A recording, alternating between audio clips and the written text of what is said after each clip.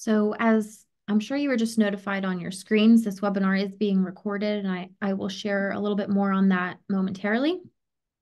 I'm going to go ahead and share my screen.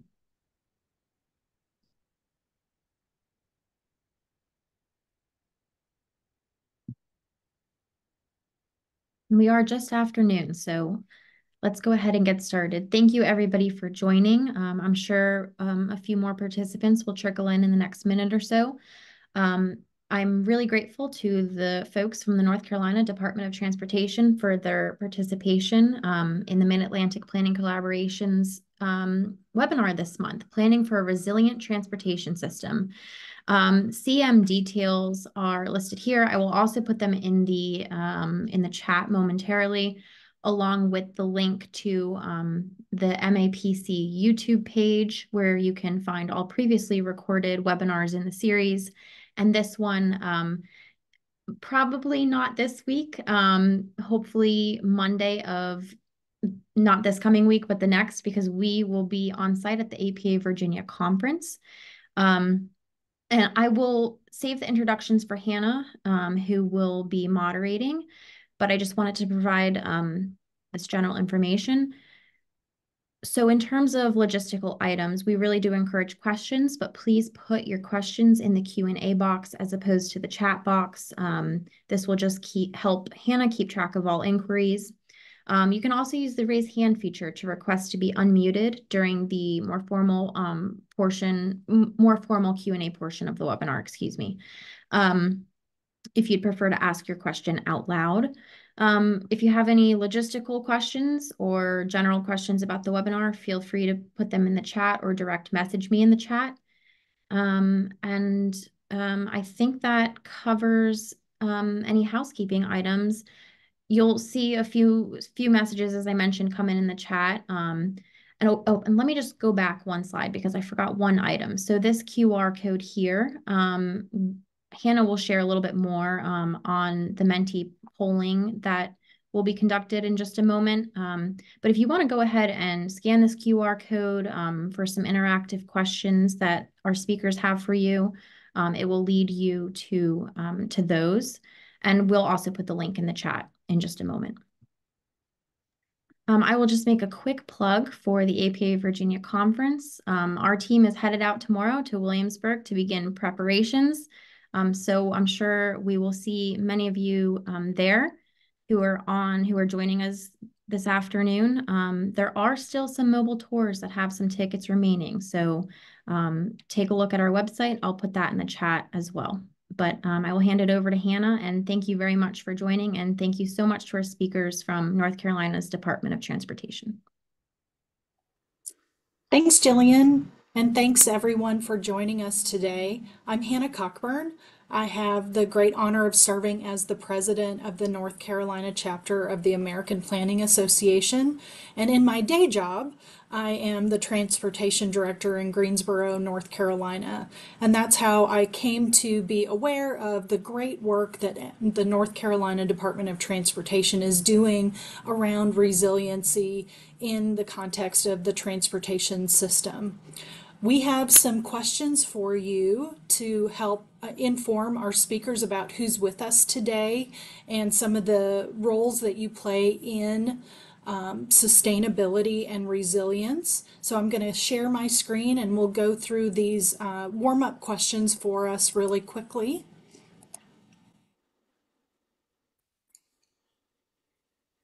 The first question for us is, where are you joining us from? So what state are you in? What chapter are you in? Or if you're not in any of those, where you might be joining us from today. And we'll give this just a minute for folks to respond. It looks like we've got 24 or 25 of the 79 participants so far who've responded. So we'll just give this a minute. It looks like we've got a really good showing from North Carolina. Thank you for being here, but we've also got a great showing from, looks like Virginia as well. And we welcome folks from all the other chapters that are part of the Mid-Atlantic Planning Collaboration.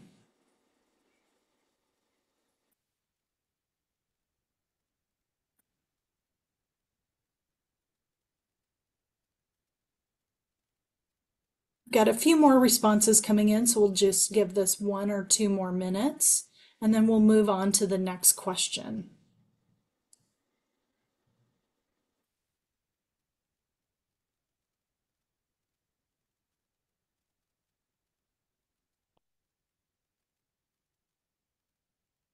Thanks for telling us where you are coming from today.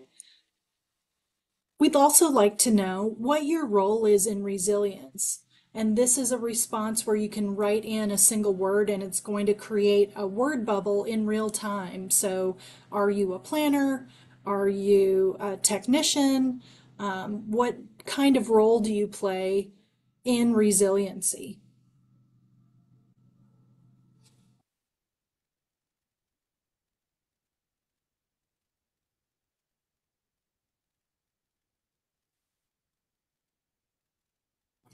We're getting some good responses in. It's not surprising that planner is probably our largest number of responses so far. But you can see we've got a lot of different representation here.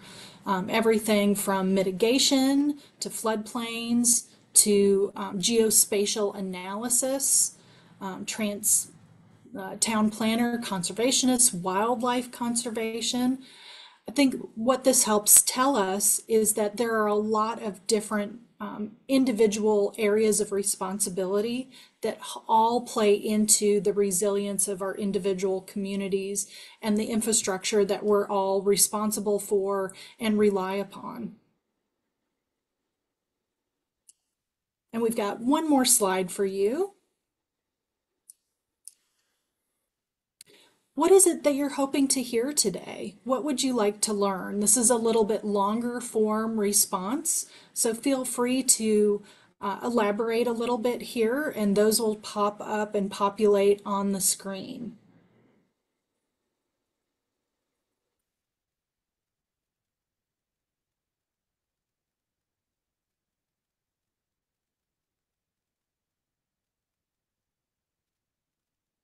And if you see a response that you like, you can use enter to help vote for or vote up any of the responses that have already been provided.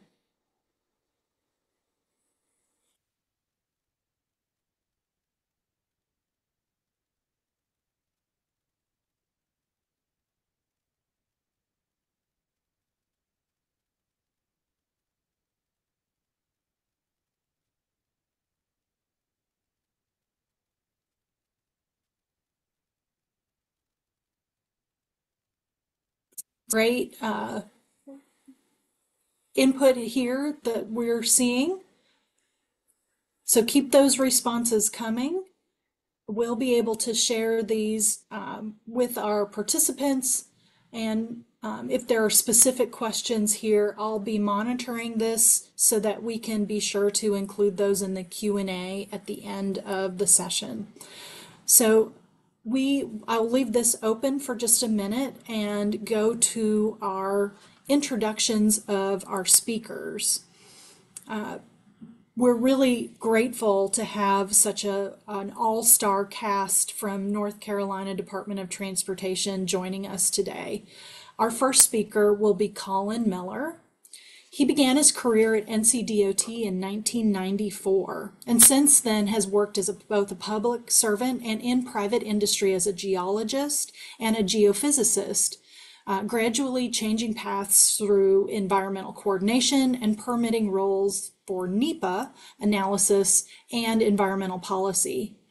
Currently, Colin is with the Project Management Unit of NCDOT, where he oversees bridge and roadway project development in the DOT's divisions 7, 9, and 10, kind of located in the middle of North Carolina. He also serves as a core member of NCDOT's Resilient Management Team. He earned a bachelor's degree in geology from the University of Wollongong. I'm hoping I said that right. Colin, you can correct me later, Australia, and a master's degree in geology from UNC Chapel Hill. He is a North Carolina licensed geologist. Also with us today is Kurt Golombeski. Kurt is an engineer 3 at the North Carolina Department of Transportation, where he has over 20 years of experience in water resources in both private consulting and public service at the state. He graduated from NC State with a master's in civil engineering and has previously worked for the North Carolina Floodplain Mapping Program, where he was the technical review lead for almost half of the state's 100 counties. This included managing the continued improvement of the flood, inundation, and alert network. He served in the State Emergency Operations Center during Hurricane Matthews as one of the 3 flood captains. At NCDOT, Kurt is the technical manager for the progressive improvement of North Carolina DOT's suite of flood warning, alert, and planning tools. In addition, he's part of the NCDOT resilience team and contributes to making NCDOT more resilient to the natural disasters and climate change impacts. He is a certified floodplain manager and a licensed professional engineer. And our final speaker will be Nastasha Early Young. Nastasha began her career at North Carolina DOT in 2012. She has experience working on multimodal plans, the NCDOT statewide long-range multimodal transportation plan, and the NCDOT multimodal freight plan, along with climate change resilience work. She has experience working in local, state, and with federal partners and with neighboring states. Nastasha serves as a core member of the NCDOT Resilience Management Team and serves on several national committees. She has a bachelor's degree in civil engineering from NC A&T State University here in Greensboro and is a policy director at NCDOT. With that, I'm going to close out the Mentimeter and turn it over to Kurt to pull up the slides, and we will hold questions to the end of the presentation, but please feel free to type those into the question and answer chat. All right, here we go. Thanks.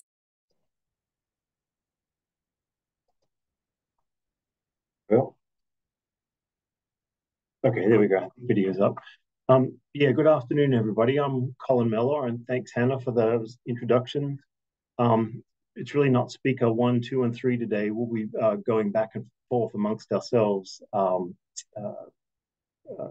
you all don't get bored, and because the resilience effort at North Carolina is really a team effort. And Hannah, just so you know, I only really list my education in my bio just to make people say University of Wollongong or try to say it. And then the UNC part usually gets a pretty good rise from all the engineering schools. So that's the only reason I put the education in there. So you were close. Yeah, so NCDOT's resilience program and our strategic initiatives and innovations to achieve resilience in the North Carolina Transportation Network. We have a good bit of time this afternoon, but we normally fall into 2 baskets with this presentation. 1, we cruise through too quickly and don't go into enough detail, or B, we get too bogged down in the weeds and we spend too much time. So hopefully we'll hit the sweet spot here today. We can go ahead to the next slide. So a quick agenda for today of all the things that we're trying to cover. Hannah mentioned something a minute ago about her day job and night job, and I think it's appropriate. Neither Kurt nor Nastasha nor I nor a dozen other people at NCDOT who are helping with the resilience program and integrating resilience into NCDOT's work. None of us have resilience as a particular job title or job duty. We do it at night. And so this has really been an extraordinary effort by NCDOT all the way from our planning through maintenance. And that's really an aim for us. We want resilience to be integrated all the way from long-range planning and individual project planning through individual project design and in the construction and maintenance of every project. I saw in the word bubble or in one of the what do you want to get out of today, somebody had mentioned that NCDOT projects were not focused on resilience. Hopefully we'll get to that question a little bit later. Because yes, that's true. We have a few projects specifically focused on resilience or in our purpose and need. But what we really want to do is integrate resilience like we do safety so that it's involved in all our projects. So by touching each of these points on the agenda today, hopefully we'll address some of that. Next slide, Kurt. And you can just go ahead and jump in. Yeah, so the resilience program. Resilience has been involved in transportation for a pretty long time, whether we've called it that or not.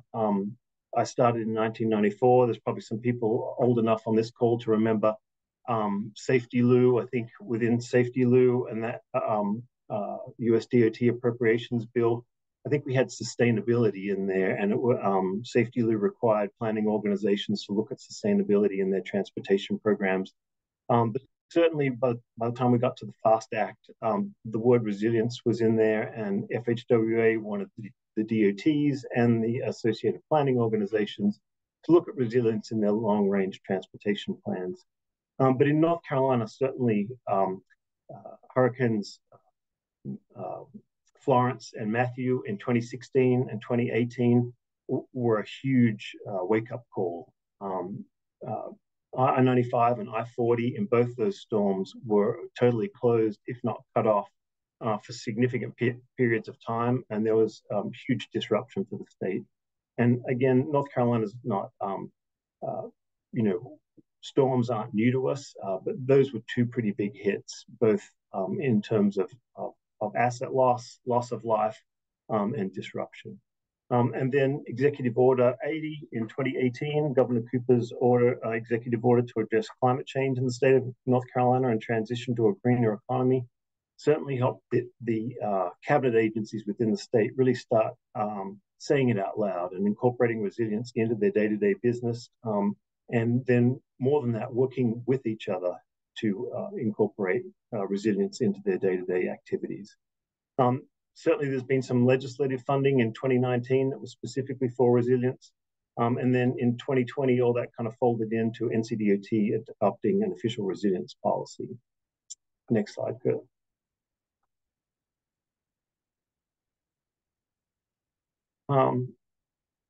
This is really just a timeline, kind of going over when those things fell into place. Let's go to the next slide, Kurt. So, back one. As I said, one of the best things I think that came out of the Executive Order 80 was this interagency coordination and communication. EO 80 established the Interagency Climate Council, which got all the cabinet agencies together and start thinking about how resilience was going to be incorporated into the business of North Carolina government. And in 2020, we published the North Carolina Risk and Resilience Plan, which I'm hoping at least many of the people in the North Carolina planning agencies and the North Carolina folks on the call today have seen. It had some really specific climate projection data for the state of North Carolina. And then coming out of this, again, this was not just sort of a benign, put it on the shelf government document. We update our strategies and work and our initiatives every year. The first one was an individual cabinet agency resiliency strategy reports, but we've got a little bit more streamlined since then. In October, we put together our resilience updates, and they're posted online. So all the cabinet agencies updating each year what they've done in the last 12 months and what they aim to do sort of in the short term and long term coming up in terms of resilience in their programs. Next slide, Kurt. Threats and hazard categories. This is important because we think, and we'll be concentrating on today, flooding. It's just how we think about climate change and resilience in the state of North Carolina. We have a hydraulic problem, but that's not our only problem and not the only thing that we should be looking to be resilient to. This slide always reminds me of the state of Texas. Back in 2017 or 2018, I think when this slide was produced, I bet Texas was looking at flooding and they were looking at heat hazards. Since then, they've had 3 catastrophic ice storms, which have debilitated their power grid. They're going through some flooding problems at the moment, as you may be aware. But I don't think that they were really concentrating on cold and ice. And so this slide is just a reminder to look at all threats and hazard categories if you're doing a resilience study, and make sure you're not missing anything. Next slide, please. So to that end, NCDOT's resilience policy defines resilience and what it means for our cabinet agency and our mission statement. And what we ended up doing is piggybacking pretty heavily on the Federal Highway Administration's definition of resilience. And that's really looking at disruptions. And again, as you'll see from our presentation today, we're often looking at climate disruptions and flooding disruptions, but we really want to make sure that we're covering all disruptions to the transportation network. Next slide, please. Yeah, because these are the 2 definitions. The first definition comes from the North Carolina Risk and Resilience Plan, and it's more of a holistic statewide look at where the state of North Carolina wants to be with resilience, and how we want to make our communities resilient, and how that sort of trickles out into the economies and a better state of North Carolina, a better place to live and work. But the resilience definition for NCDOT is specifically preparing for, adapting, and changing, withstanding, responding to, and recovering from disruptions. And again, likely climate disruptions, flooding disruptions, but we want this to be all disruptions to our transportation. That could just be transportation disruptions that we experience every afternoon on particular I-40 outside RDU, or whether that disruption comes from perhaps a wreck or something that takes down a particularly critical piece of transportation infrastructure or corridor. Next slide. And so these are our sort of overall goals and objectives, and how we wanted to set the resilience plan up in NCDOT. But I really want you all to focus on the outcomes here, and I stated them a little bit earlier. What we really want to do is we want to have resiliency considered and incorporated into all phases of transportation, all the way from long-range planning through maintenance. The goals and objectives on the side there kind of shows some of the questions and some of the things that we're looking specifically to look at and develop to reach that goal. But it's this incorporation, just like we do safety, into all our activities that we're really striving for. Next slide.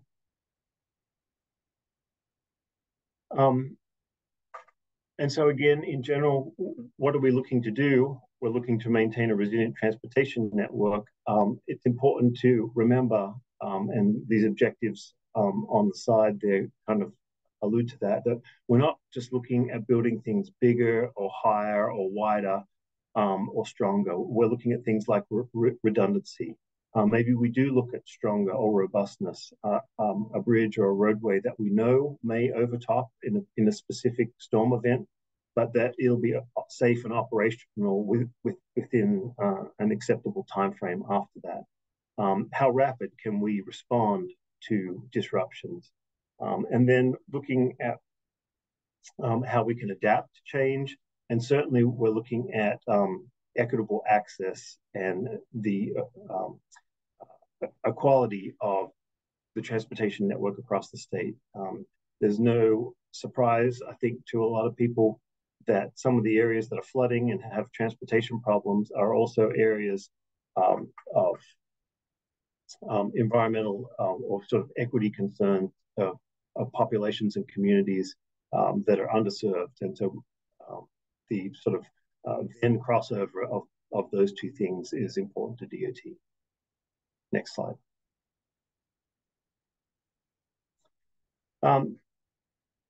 Resilience actions at the moment, policy I've kind of gone over. That's a living document. We certainly look at that and see how it could be changed reasonably regularly. And then we want to sort of look at how that policy integrates with some of our other cabinet agencies.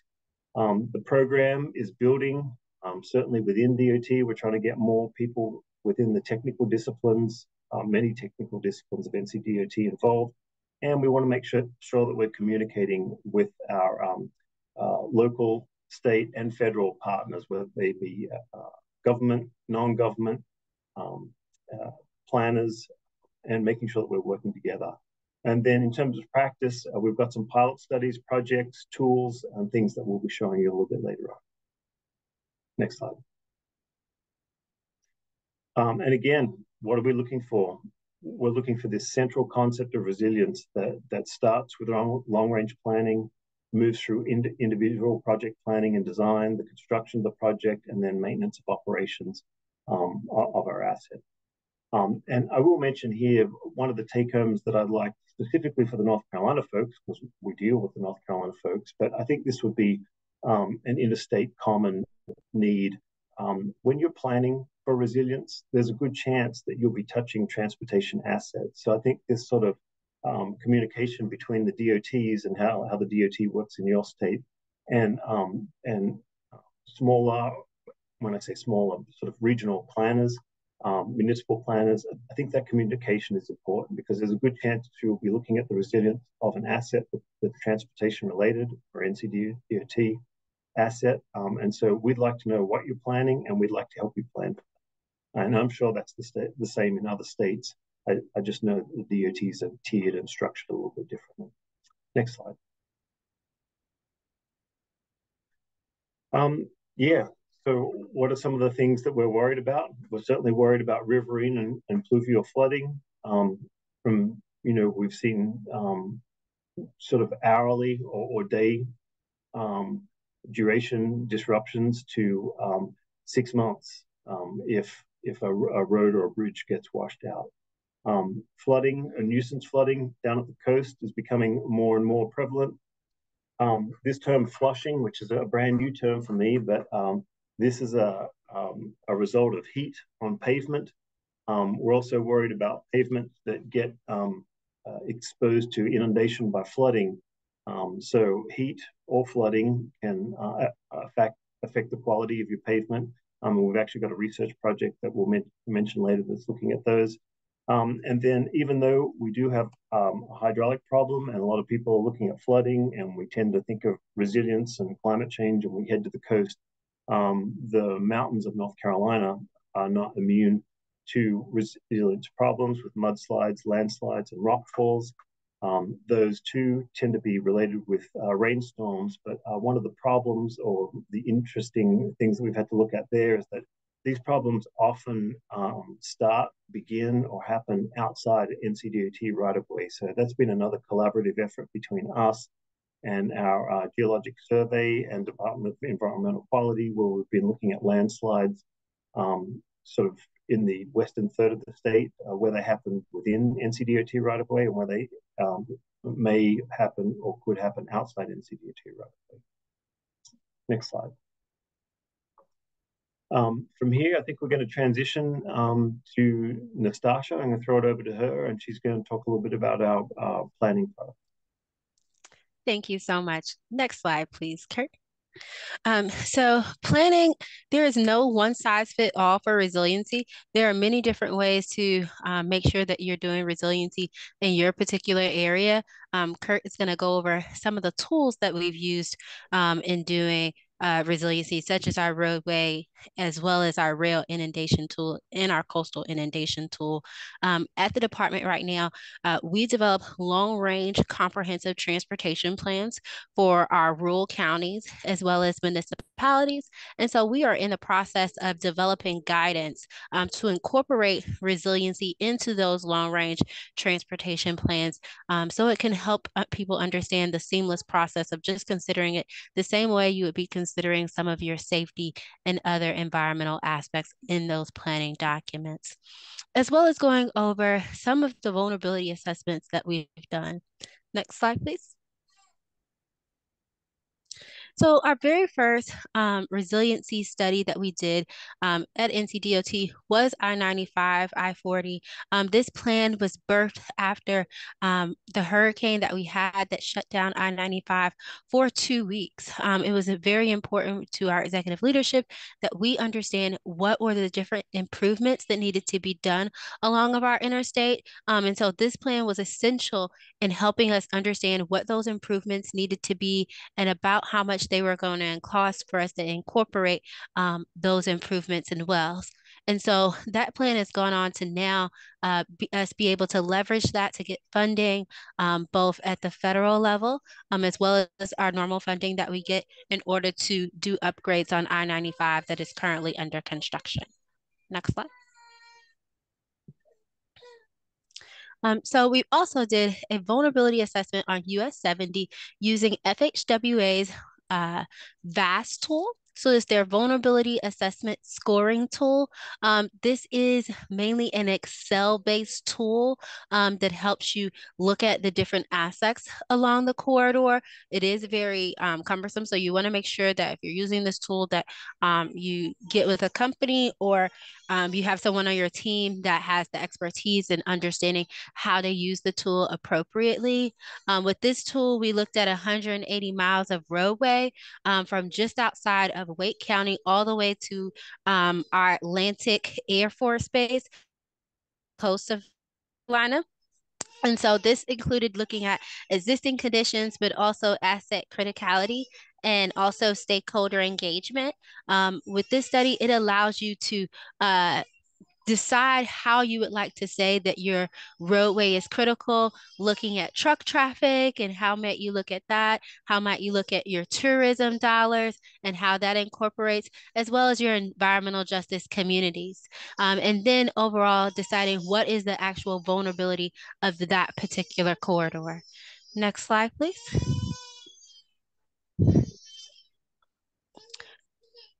We also use the US 74 corridor vulnerability assessment by using Atkins City Simulator tool.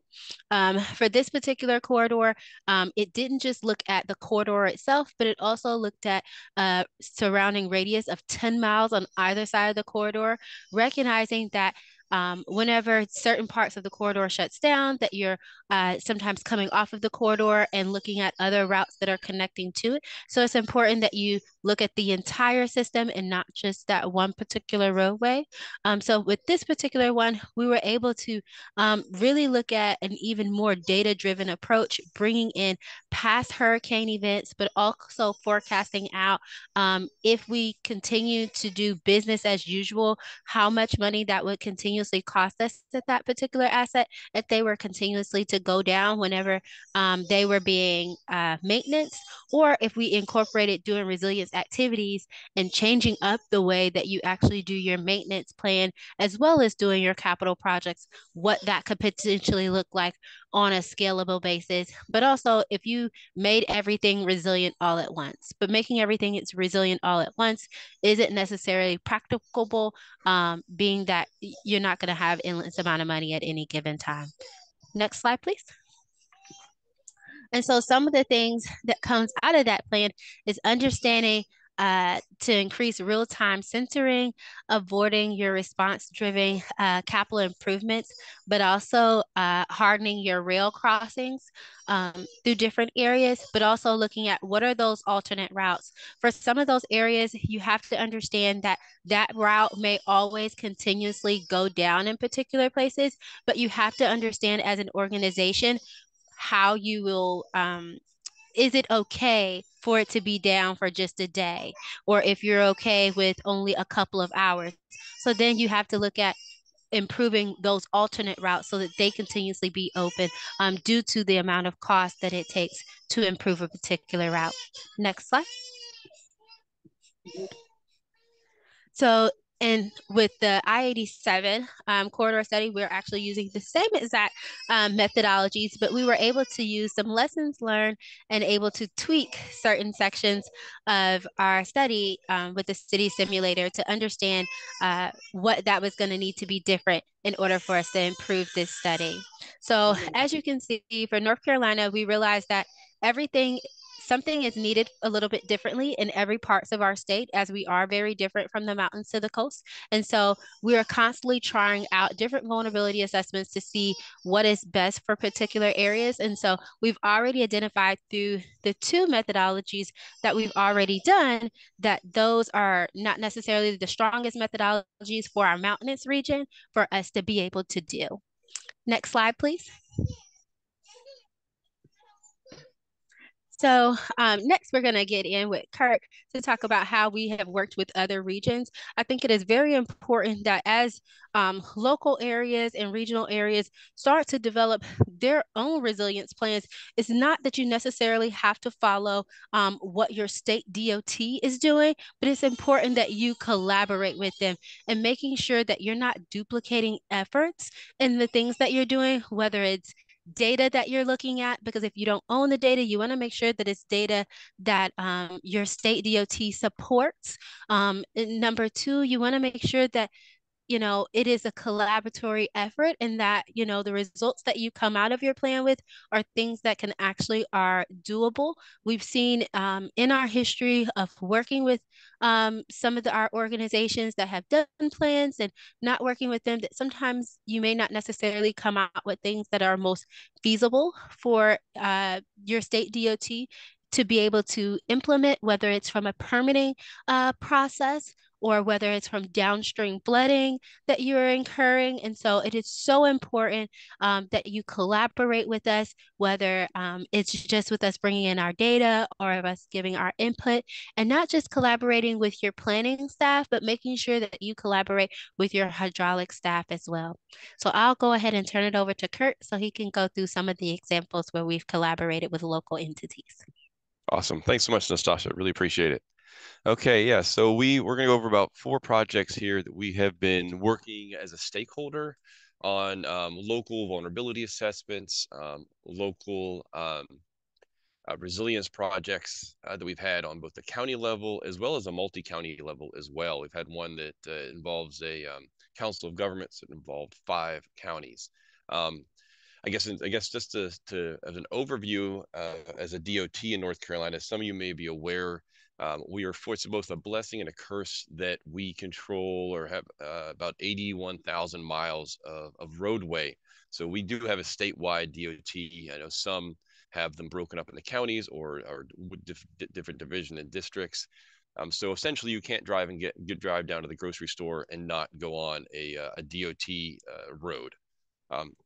So through that, we also then have counties and various COGs and MPOs that produce their plans, and it really requires us to be a stakeholder at the beginning in the scoping of a project to ensure that the sort of from the beginning to end, it falls into an end product that we can either roll into our statewide resilience improvement plan.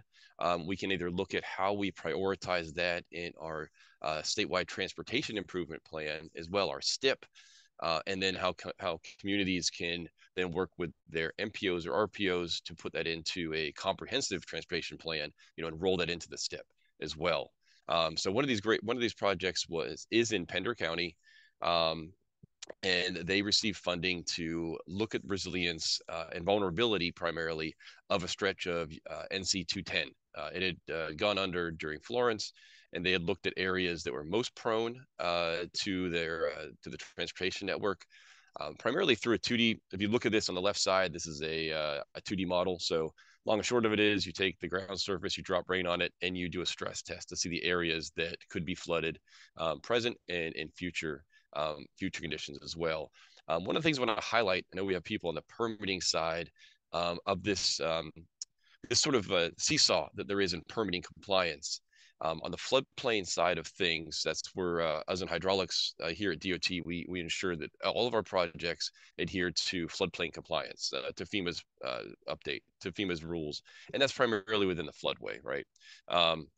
What happens with compliance and resiliency is primarily you'd like to raise the road, right? Or you want to harden the road. Well, when you raise the road, you're now, especially down east, you're creating more of a linear dam. So we ran into this where you can raise the road, but now what do? You're now impacting people upstream and no longer get a no rise. So there is this balance of, yes, You can raise the road. It's now more resilient, but now you've caused upstream impacts to people outside of our right of way, which becomes a real permitting headache, if not an obstacle, pretty much an obstacle as well. So now we're talking about widening the bridges, for example, and now compensate for that sort of loss of conveyance. So that was what, unfortunately, we were brought in early on to discuss that situation with Pender County and their resilience team that was putting this study together, which was AECOM. The second was that I had mentioned earlier was the Lumber River COG, the Council of Governments. They received a state funding from a state agency to support a resilience project in each of the 5 partner counties that they had. Again, this area in the Lumber River, for those familiar with North Carolina or not, what you see on the map there is the border of South Carolina. The Lumber River goes across us. Once it drops into South Carolina, it turns into the PD River. It is flooded and has a history of flooding in this area. Fair Bluff, unfortunately, was hit hard during both Matthew and Florence. On Lumberton as well, which is upstream of this area. So we were brought in early, mid-range here. This is one where it's helpful to bring DOT in as early as possible to provide our sort of input and assistance with sort of what the end product can be. We're really excited about the projects that they came up with and involved in each of the 5 counties. We provided sort of data on historical flooding, data on that we have available of what frequency of storm events it floods as well. So they could roll it into the exposure side of vulnerability, right? Vulnerability is a combination of criticality and exposure. Combine the two together and you get your vulnerability scores. So this is where some of the data that we had could help inform their analysis. I almost just said next slide to myself, by the way. Another one is up north here, close to Virginia line, near Elizabeth City and the 2 bordering counties of Elizabeth City, both Pasquotank and Camden County. They're putting together a vulnerability assessment there that includes the VAST tool that we have used in the past as well, that Nastasia had mentioned that we used on US 70. Here they again have five priority resilient transportation projects in the area. And again, they brought us in early to discuss what data we have. What I'm showing here on the right is historical coastal storm surge flooding by 4 previous events. And sort of it provides a score of how many times those roads were impacted and then the maximum depth during that time. So you can essentially get a score when you add those up. There's not so say 1 foot for one event and 5 feet for another. You kind of start to combine those together to get, well, here's the exposure, historical exposure to these events. And just to speak to that, it really, when you bring in this, you can map and show the historical impacts. That really generates a great narrative of talking to the local communities and saying, hey, this is what we saw. This is what we're showing occurred during Matthew and Florence. We're incorporating it into our study. We know things, then we have the climate change or the future projections we're going to include as well. But we're just looking at the entire picture of flooding, both past and present and future, into developing a resilient transportation network. Because we know places that flooded in the past may or may not, we'll probably, especially with hurricanes, each one's like a fingerprint. You're going to have areas that have flooded that haven't before. We hear it all, you hear it and experience it all the time on the coast with folks. Hurricane just makes a slight, little jog or move as it comes in, and you get a new area that is flooded that hasn't flooded before. And that just, I don't have it mentioned here, but that's just one thing that we are doing at DOT as well, are stress tests. We're essentially running future storms on I-95, for example, near Lumberton, and seeing those areas that have not flooded yet. We're taking Florence, and we're looking at a future Florence and a future Matthew and what it could do. So the last one I'll discuss here is the town of Leland. They just released this earlier this month, their Resilient Routes report. I would just say it's a fantastic report that has been completed, very thorough. They go all the way, this one goes all the way to a concept level design for 5 projects that they have analyzed using sea level rise, so future conditions, and looking at probable costs as well. So they're trying to tee up as best they can for future funding sources to then move it from conceptual to design and construction as well. Worth a look at. Okay, so we've talked about our projects, studies as well, and now comes down, we're going to start to move into sort of cost, and then also we'll discuss funding and research initiatives. Related to cost, most of you you might wonder, hey, we're looking to do resiliency. We're curious. We have 2 points, two nodes we need to connect, two communities, two industry to community that we need to connect, like point A from point B. I'm just showing here a short video of how this functions, and I'll sort of talk through it. We have, and this is the pilot area that we have worked on and will continue to work on, two partners, NC State and SAS. SAS developed the dashboard you're looking at right here. Very slick. You can slice and dice the analysis as much as you want. But what it comes down to is that we're trying to answer the question is what is the best use of our dollars to develop a resilient route across this basin, the Nanahanta Basin. It's just north of Goldsboro. So we don't know we're going into this blind, but we're going to with a blindfold on, I guess, saying let's pretend like we don't know the routes. Let's just analyze them and look at what is the most cost-effective route to go from north to south, east to west across this basin. Either we're going to harden it, so we'll make it more resilient to be overtopped, or we'll look at also then, what would it cost to raise the route so that no section of it, minimal section of it, is impacted during various events. And you can do, the 100-year, the 50-year, the 25-year storm, right? Because in North Carolina, we design our U.S. routes, state routes, major routes, interstates up to the 50-year. Their evacuation, we're starting to push that more towards the 100-year or future conditions. That's a new thought for us.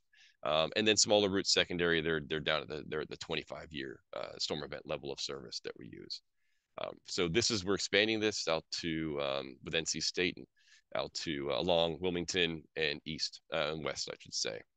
So again, great cost estimator, pilot projects. If you're curious about this, just let us know. But it is moving that into what does resiliency cost, right?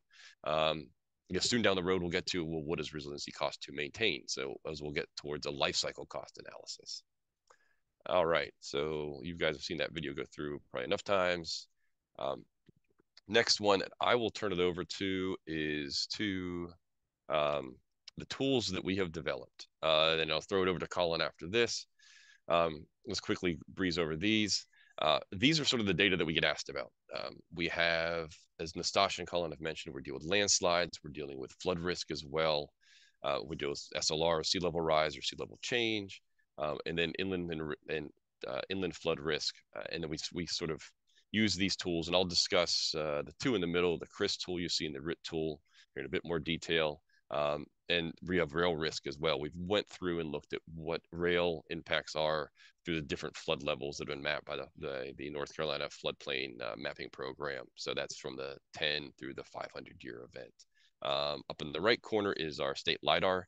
We're very fortunate to have very detailed, and they're reflying it right now. I would say cyclically updated LIDAR or surface elevation data set. That is the core of all these analysis. Essentially, the long and short of it is we took the LIDAR, we clipped out all the 81,000 miles of roads, edge to edge, edge of pavement to edge of pavement, and then we just lay over the floodplain over top of that. Any of our flood analysis just get rolled over that, and we can figure out how deep the water is from there. And the last one there at the bottom, we're looking at future rainfall. And that is in the fact that we're through an project with NC State. Those familiar with it, there's the various rainfall data sets that are put out. Atlas 14 is the current one. The next one coming out is Atlas. There's sort of in between, and there's Atlas 15, and that's going to include future potential for future climate change and its impacts on 100-year on different rain events, rain frequencies. We've already done that through NC State. So now we're looking at applying those, we call them scale adjustment factors or scaling factors to the current data, so that we can design for the future. And the thought process there is, what we're designing, we're not designing a road or a bridge for today. but that road or bridge is designed to last, its design life is 50, 70, 100 years in the future. So we're designing for that 100 years situation, essentially, or trying our best to, within sort of a realm of, within the realm of uncertainty that's out there. Okay, so I'll just go through, these are the two tools.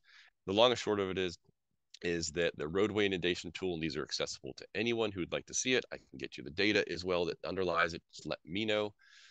Is the RIT tool is a roadway inundation tool, and those familiar with floodplain analysis, and, or just getting a house and knowing what the 100-year floodplain is. We have just taken the 10-year through the 500-year floodplain and just overlaid that over roads. What it tells you is essentially the answer to the question is, hey, where are my most vulnerable roads? Like that's a road that's impacted by only the 10-year rainfall event or flood event, I should say. Versus which ones are my least vulnerable? Which ones are those that are in the 500-year area? Or I'm designing something and I want to ensure that what I design is not in the 100 is above the 50-year floodplain or the 100-year floodplain. Well, we can do that. We can analyze. We can have a look at that. So that's what these have been used a lot to determine the exposure side of the vulnerability equation. The CRIS tool is straightforward. That is, if you want to look at sea level rise, you can sort of play future and adjust it up to 17 feet. If you needed it, we have data up to 35 feet of sea level rise or sea level elevation, I should say. It's just flat water. So it's not, it's not looking at different tides or anything different with what's in the sound versus the coast. It's just a sort of bathtub approach. I just described the RIT tool, just a sort of blow up of it in Little Washington, and the CRIS tool as well, and the scoring system there in the bottom right.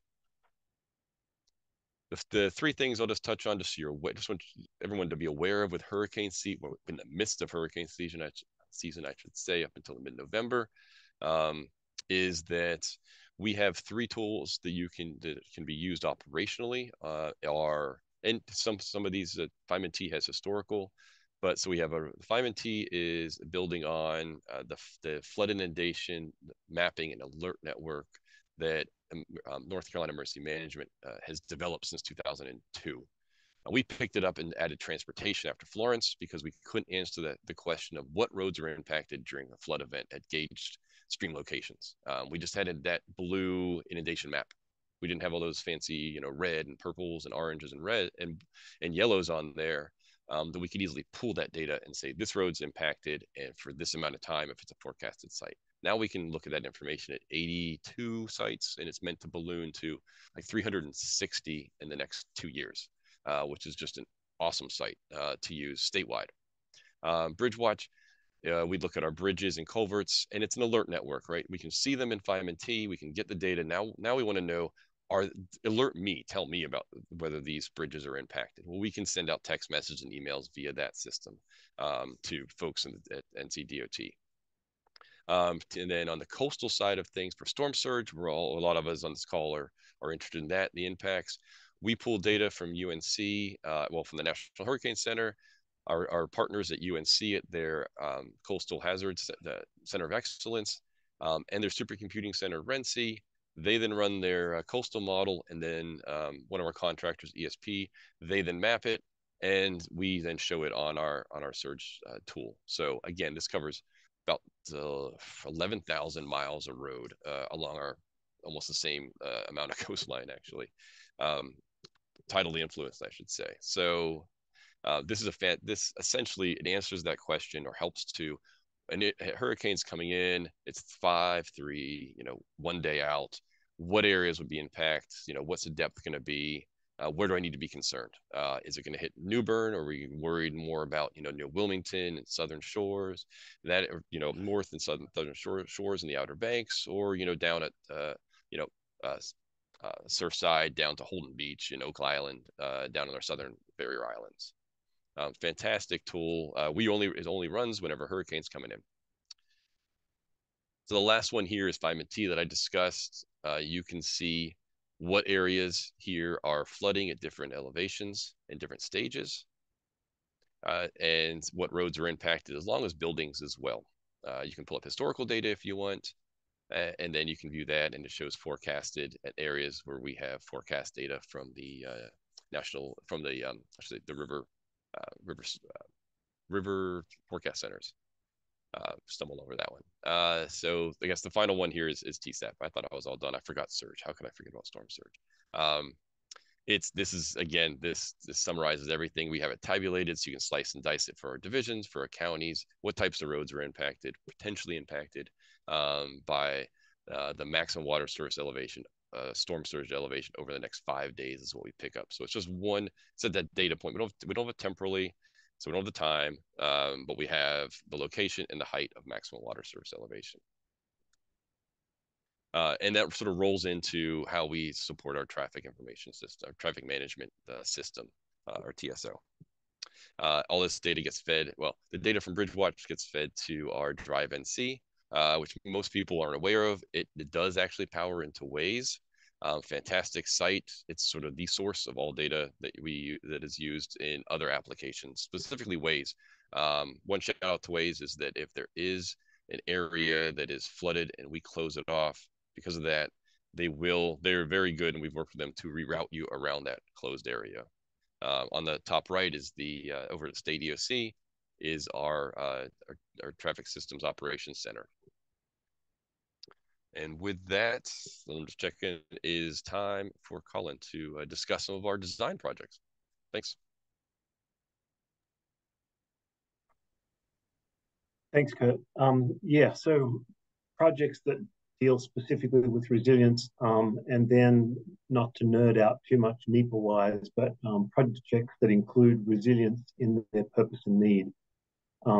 And that's probably the subject for a whole nother presentation. But anyway, I-95 around Lumberton in southeastern North Carolina. This was a section of I-95 along the Lumber River that went underwater for basically a week in 2018, and probably at least 3 or 4 days in 2016. And so we're working or have incorporated into the design of I-95 there. We're raising I-95 up to 10 feet in some places, and significantly lengthening the bridge over the Lumber River. Apart from the increases to construction costs, one of the things that I do want to point out here when we start looking at resilience, and Kurt mentioned a little bit of them before, as we get into the nuts and bolts, how we build and how we get these projects permitted is not always as easy as it would seem. In coastal North or eastern North Carolina, as we raise the road, our embankment slopes go out and our impacts increase. So there's concerns there. As we lengthened the Lumber River Bridge for better conveyance for Florence and Matthew-like storms, we're letting more water through, and we're flooding people and other protected resources and assets downstream. So we're playing a game there of how much to open the bridge to convey flow and how much to keep it as it is. But we've solved a lot of those problems through a lot of good interagency coordination. We have great relationships with our regulatory agencies. So we're working through these problems at the moment, project by project. But yeah, I-95 in Lumberton, North Carolina, it's going to be resilient to a Florence-like storm well into the future. Next one, Kurt. The Alligator River Bridge, another interesting project. Eastern North Carolina, US 64, headed out to the Outer Banks. This is a body of water, as the diagram shows there, as the picture shows. The bridge is a little over 3 miles long. It's time for it to be replaced. It's an old swing span bridge that crosses the Intercoastal Waterway, and it's approaching its usable life. Actually, it's extended past its usable life. We've spending a fortune maintaining it. So we're looking at replacing this bridge on slightly new location, high-rise bridge over the Intercoastal Waterway. Yeah, super resilient design in terms of hydraulic design, looking at future storms, incorporating sea level rise and future storm surges based on past data and forecasted future data. We're building a bridge here that's going to last 100 years. So apart from this being a resilience project in terms of how we're building it, in terms of hydraulic design and construction materials, we're using carbon fiber reinforced concrete here to be more resilient to the elements down east. This brings up some of the long-range planning concerns. This is a bridge that we're starting construction on, I'm hoping, in 2025. It's a 100-year design life. So that's 21, 25, and starts to bring some real questions about what do the Outer Banks look like in 2025, or a significant part of Eastern North Carolina in 2025, in 21, 25. Sorry. Next slide. And certainly, nature-based solutions are big with NCDOT because we know how beneficial they are and how successful they can be. Hardening a roadway is old school, and while we still want that option available to us, we know that if you harden a roadway structure or a transportation asset, its best day is day one. For green infrastructure and living shorelines specifically, they begin at day one and only get better over time. This particular project down near Swansboro, North Carolina, NC24, pretty important route for tourism and for local transport, as well as some linkages to Camp Lejeune and some military sort of connectivity. We partnered with the North Carolina Coastal Federation. We got a grant from the National Fish and Wildlife Foundation to build a significant length of living shoreline, almost a mile, a little over 3/4 of a mile of living shoreline. Again, with this project, while it's been unbelievably successful for anybody that drives the causeway, you can just pop off on the park on the side and run across the road and take a look. We had oyster growth, I think, within 47 days or 48 days of construction closeout on the project. But one of the problems we had here was that this is not just living shoreline for a dock or outside in individual property. This was a significant size of living shoreline, and to get this permitted with North Carolina state agencies and through the Corps of Engineers was not easy. But again, through some collaboration, some cooperation, and the good partnerships that we have with our resource agencies, we've got this project in, it's up, and it's doing fantastically. But yeah, again, another topic of consideration for our webinar would be planning and permitting of resilience projects. Next slide, I think, is this one mine, Kurt? Yeah, our research projects. Yeah, so we can both tackle a couple of these. Okay, NCDOT's got a research division or a research unit, and we certainly support a lot of transportation research.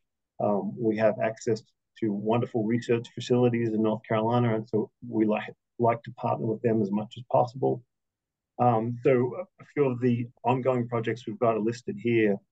We got, or we're funding a $1 million Transportation Center of Excellence, which is a collaboration between ITRI, the Institute of Transportation Research and Education, NC State, Fayetteville State University, and East Carolina University. And it's got 3 main research themes looking at resilient infrastructure and asset management, along the lines of many of the things that we've been talking about here. They're also looking at electrical vehicle infrastructure resilience. What happens to the somewhat rudimentary primary young EV network, and how does it get stressed, and how can it be disrupted, and how can we prepare for that?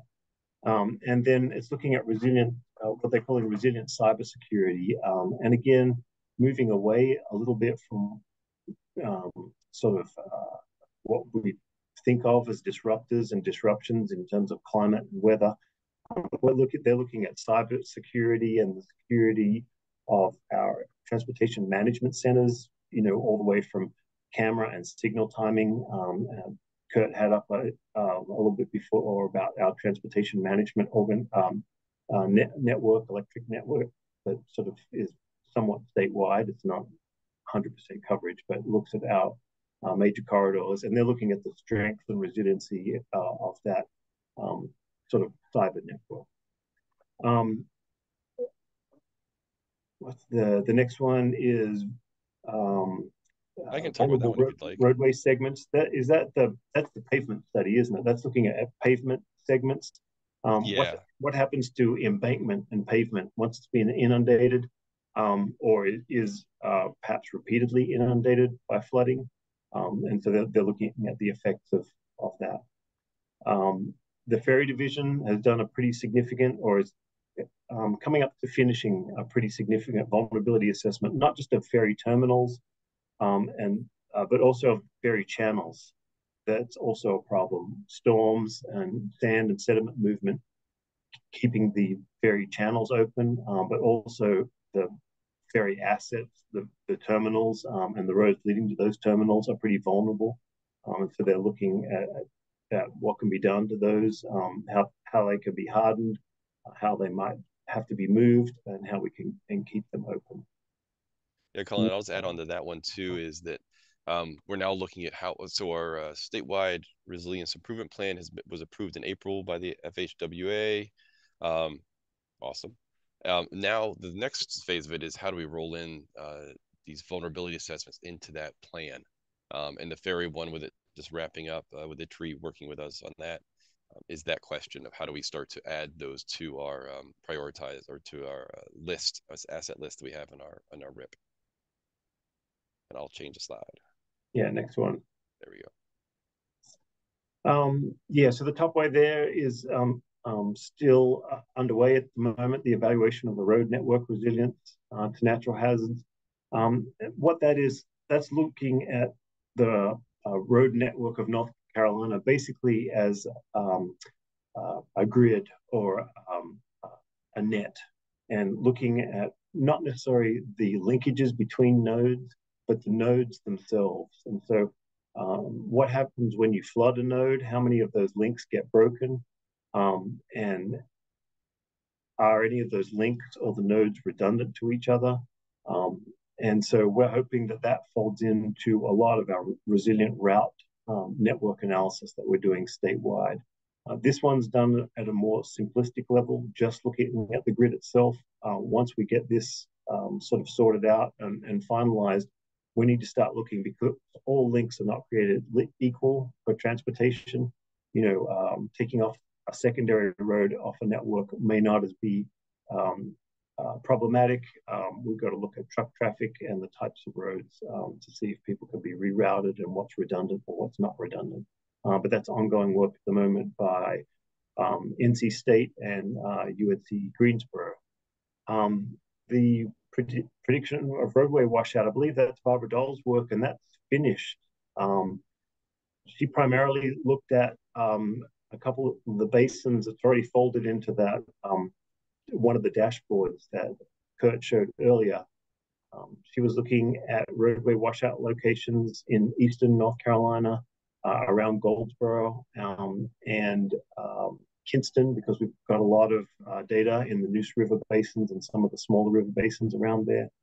And she was looking at the effects of those roadway washouts, where we might be able to predict better where those washout locations might happen, and then what ones of those roadway washouts are critical. And that's folded into sort of the redundancy network and the cost planning tool that Kurt had shown a little bit earlier. And Colin, that project went so well that we're looking to expand that to the I-40 corridor as well, which is exciting. Yeah, is what we're working towards. Yeah, there's anyone who's familiar with Barbara Doll and her team at NC State, that they're good folks. She's a smart person. And GeoFrit. This is a geospatial tool looking at the roadway network from a slightly different angle, specifically based on freight and freight movement in North Carolina. It's an ongoing study at the moment. We'll certainly want to look at it and compare it to the roadway network study at the top of the slide there to make sure those two are copacetic. But GeoFrit's still got a little bit more to go. I don't think it's finalized just yet, but it's coming close to finalization. If you're interested in any of these research projects, NCDOT, what is it? Just the research unit? I should know the name of our research unit, shouldn't I? Research It and is. Development Unit. You can Google NCDOT Research and Development, and you'll be able to find these studies, the ones that are completed. You'll be able to find links to those studies online, and you'll be able to at least look at the abstract and the principal investigators and the NCDOT specific contact for these studies at the research and development. Yeah, we're just going through an evaluation period right now for new projects. So we're on a yearly cyclic cycle. So you'll see a batch of new projects coming out here, I think towards the fall, into the fall. And I'll change the slide. And Nastasha. And so the most important part of the whole entire presentation, so if you don't take away anything else from today's presentation, the funding part is the most important part of how do you make this stuff actually happen in your area. Next slide, please. So the funding doesn't necessarily just come from NCDOT. It does come from other state agencies as well. And so in 2022, the State Appropriations Act at that time set aside funding to do a transportation resilience fund that was managed by North Carolina Emergency Management. And in 2023, those appropriation dollars were combined with the Disaster Relief Mitigation Fund. And so that fund is to take in projects. They look to award about $25 million worth of projects. Those projects were just awarded last month to state agencies, local governments, nonprofits, and public authorities. It didn't require a match. Those could be anywhere from plan documents to actually making changes to not only to transportation infrastructure, but also financial assistance for cost sharing for federal funds, also providing technical assistance for shovel-ready projects, and also doing flood mitigation projects as well. So that includes stormwater projects too. Next slide, please. There's also the BRIC funding source as well, which is Building Resilience Infrastructure and Communities Grant. This is done at the state level, but also the federal level as well. North Carolina has been able to get funding several different times. This is done through emergency management as well. So North Carolina does have a process for how they go about screening the projects before they are submitted at the federal level. So this is their current process with their dates and deadlines for you to take a look at those and see if those fit your area. And the different projects that they award are shovel-ready projects, but also capacity building and also flood mitigation assistance project as well. Next slide. And so we have the PROTECT funding. PROTECT funding is formula funding as well as discretionary funding.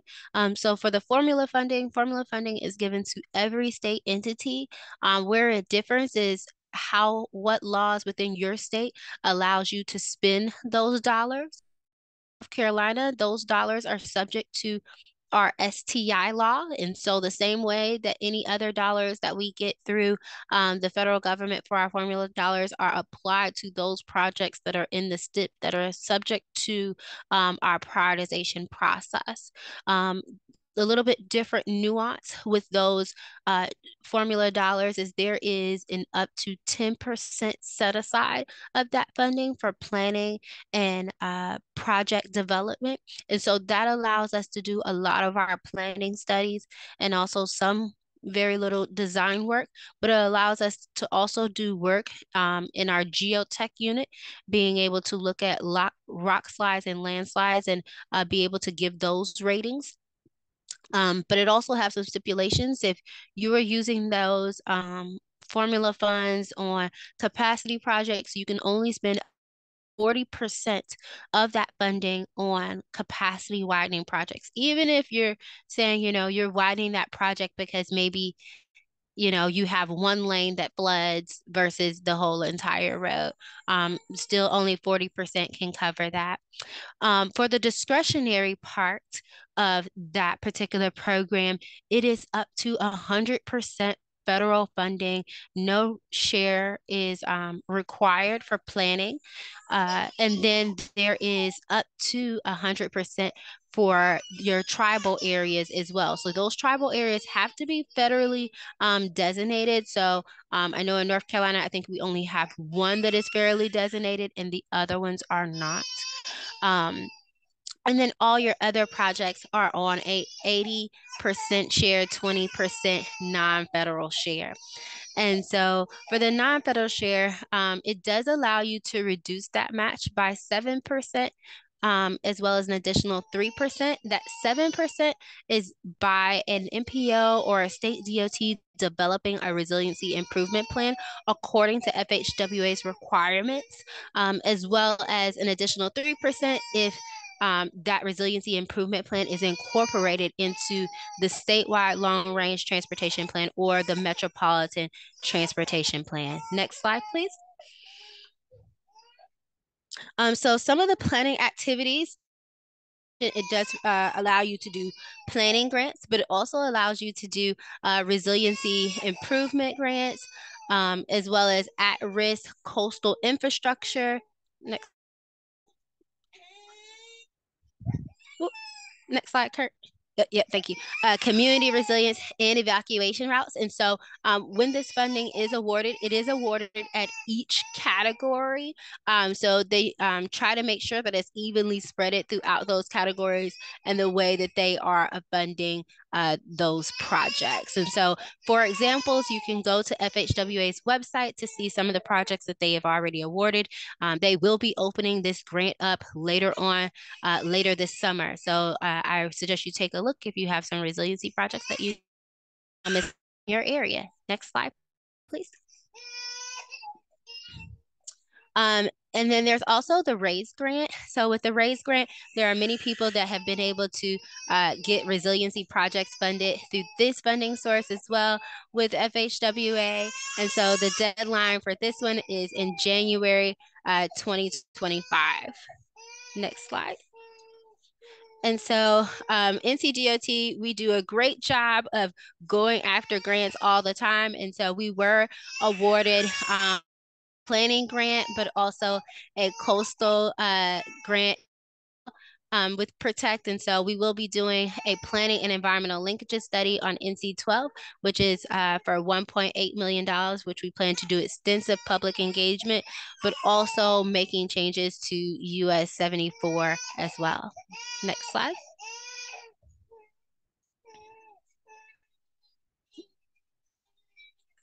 All right.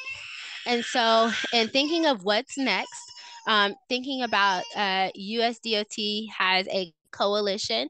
And so that coalition has gone through and studied what are the things that we need to help us move forward. And that is these 8 topic recommendations of surface transportation, organization of effectiveness, resilience management framework, making sure you're incorporating resilience throughout your entire organization, the reporting of that, making sure you have the right tools available to your community, making sure that you're understanding how to communicate that information to others, but also the education piece. We typically forget the education piece, but as we talked about the research that we went over here today, is that that gets to the education piece of those within the university, but also educating your staff so that you can have more staff in that resiliency space. Next slide. Next slide. And so my recommendation is to go and take some of these trainings that are available on the NHI website. One of the ones I'll mainly highlight is the system level vulnerability assessment. So if you are getting ready to do a vulnerability assessment in your area, make sure that you take a look at that vulnerability assessment training first, and it will help you understand not only how to scope your project correctly, but also help you understand how to get through the process. And so that is all that we have for today, and we will take any questions that you have. Quick shout out to all the working moms at home, and thanks so much, Nastasha, for working through that, because that was difficult. Absolutely. Well, I'll invite our panelists to come back on camera. And we've got a handful of questions that have been asked in the chat, but I also captured some from our earlier engagement questions. So we can start with the first one that's in the Q&A. One that I think we've already touched on a little bit, but specifically, how does North Carolina budget funds for resiliency, knowing that there are so many variables in place, and how do both states and local governments apply this hybrid funding? And how are those funds specifically being directed to underserved communities? I, I'll take a shot at that. And I think the answer is to be determined. I think we're pulling from a lot of different funding pools at the moment. Certainly, IIJA and Bill has been had some resilience specific monies in there that NCDOT's looked for. And then Nastasia went over some of those other grant opportunities, some of those specifically aimed at sort of underserved communities. But how are we putting these into our projects at the moment? We're still trying to work out specifically how to put resilience into our STIP and STIP projects. Again, as I mentioned before, putting resilience in as a purpose and need is something that I don't think anyone that I've seen nationwide has a lot of practice in. So at the moment, it's project by project. Nastasia's got a little bit more of a hold on funding than I do. She might have something to add to that. I was just going to add that you are correct that it is difficult because we are held to the STI law and what we can do. But what we have been doing in North Carolina lately is that we are encouraging communities to apply for discretionary grants. And we understand that in those underserved communities that you don't always have the administrative staff that can be able to administer those grants. And so if you are awarded a grant, we can administer that grant for you on behalf of that community. So instead of you doing it and having to front load that money, we are able to do that as long as you are able to have the match. We can do all the rest of the work because we realize that it is very taxing. We have collaborated with communities to sometimes go half on a match before in the past, and even pay for a consultant to put together the grant application for a community to be able to submit as well. So we have a couple different ways that we've worked with communities. And now that we have several different state agencies that are giving out funding, we actually have a meeting that is coming up because the FEMA has come out with these community disaster zones that they've just named. And so that is part of the conversation. How do we help those communities that are in those areas that are environmental justice areas? And we do a multi-agency approach to help take care of those communities. That's a great answer. Thank you. Another question from the Q&A, and this one may be for Kurt, but everybody feel free to jump in. We had a question about whether any of the analysis tools were exclusively for existing infrastructure, or if any of them have been designed to include planned or proposed infrastructure, like things like increasing capacity, widening roads, new bridges, things like that. Yeah, no, that's a great question, and I can say that the stress test I had mentioned on I-95, for example, that is including both present and future infrastructure on that, and that's part of the design project that's currently underway. So we know far enough in the future. We've designed it. We're now stressing the existing conditions, and then we can then show what it will be like with the future infrastructure conditions as well. The Pender County project, they were looking at existing conditions and then designing how wide would this bridge need to be. So I guess you could say they're including future infrastructure. I mean, they are including future infrastructure there as well. So, and I know the Leland project, also has the same situation there. They looked at what do we need to upsize to as well. And we're using that for design, and rolling that into that when the questions come in from our coastal community or coastal divisions. They're asking, and it's great that they're involved and thinking of it as, what do we need to design for in the future? How high does this bridge need to be? Thank you. I guess the counter to that, and I think this one could be for Colin, is are there places in North Carolina where we are considering taking out assets because it's just become too expensive to maintain in the future? Yeah, thanks, Hannah. Laura had asked that question, and I typed an answer saying that I hope we get to it, because, again, it's another topic that could take a whole session in and of itself. The example of that, and the answer is yes, but the live example of that we've got at the moment is NC 615. It's a road that really starts outside of North Carolina in Virginia and runs down to Knott's Island in the northeast of the state. It's the only road on and off the island. Other than that, it's a ferry or a helicopter. There's a bridge on that road over a canal that was built with dynamite by a fisherman in the early 1900s.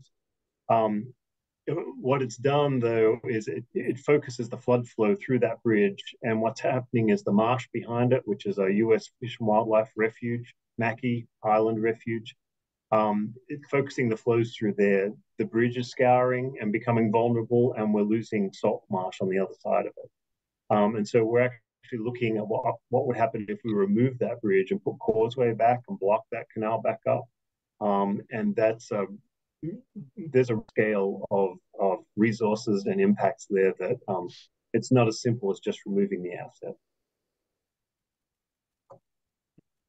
Thank you for that answer. We had another question come in, and any of you may be able to answer this, but someone was looking for a definition of space weather.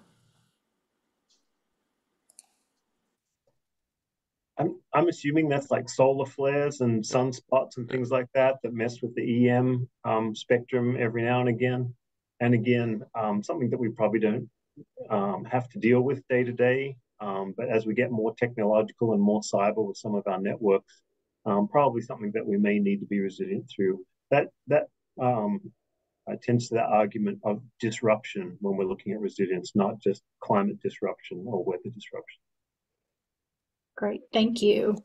I had a couple other questions. I know we're getting close to time here, but one of them that was in the engagement questions earlier is what are your top recommendations for MPOs in particular on how they can make meaningful contributions to the resiliency conversation?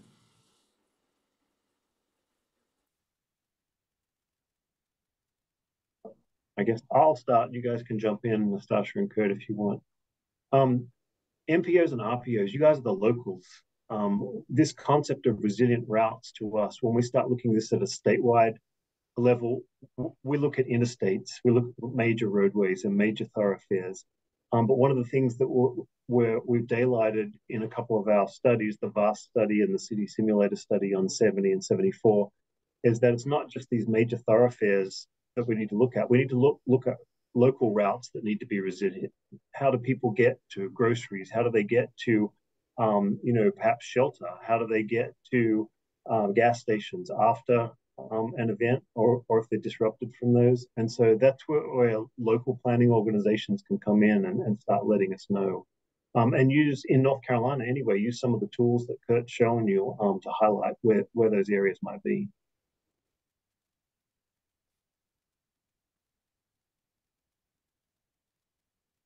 A great answer. We also had one more come in, and I think this will have to be the last one for today, is how is NCDOT working to avoid funding projects that might work against the goals of resiliency?